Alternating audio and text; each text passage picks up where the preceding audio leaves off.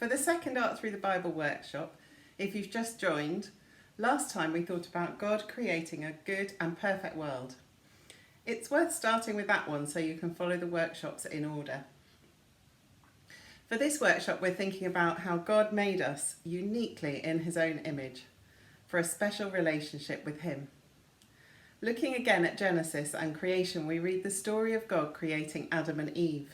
Genesis 1 verse 27 says, "So God created man in his own image. In the image of God he created him. Male and female he created them. Formed and given life, but also made unique, made to be in relationship with God."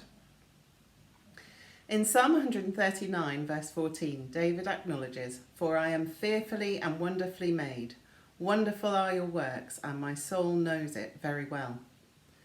God's works are perfect.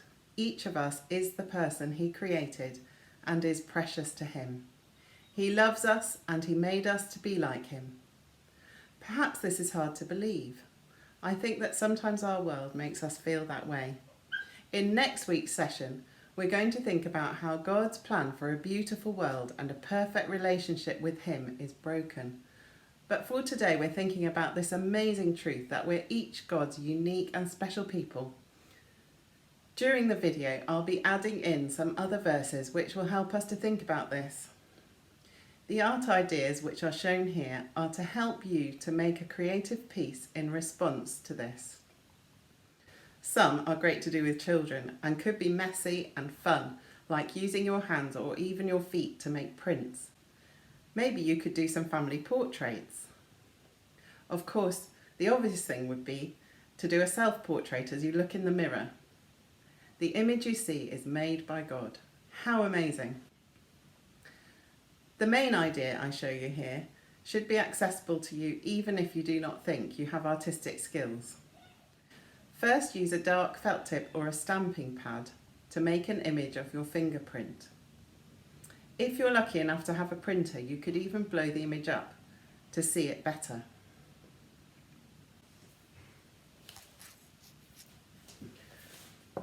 Another idea might be to write out some of the verses or Psalm 139 in the lines of the fingerprint. Or perhaps you might be thinking of what being so precious to God means and use that reflection in your art. Thinking of how precious we are to God is especially helpful today in this time of anxiety, fear and uncertainty.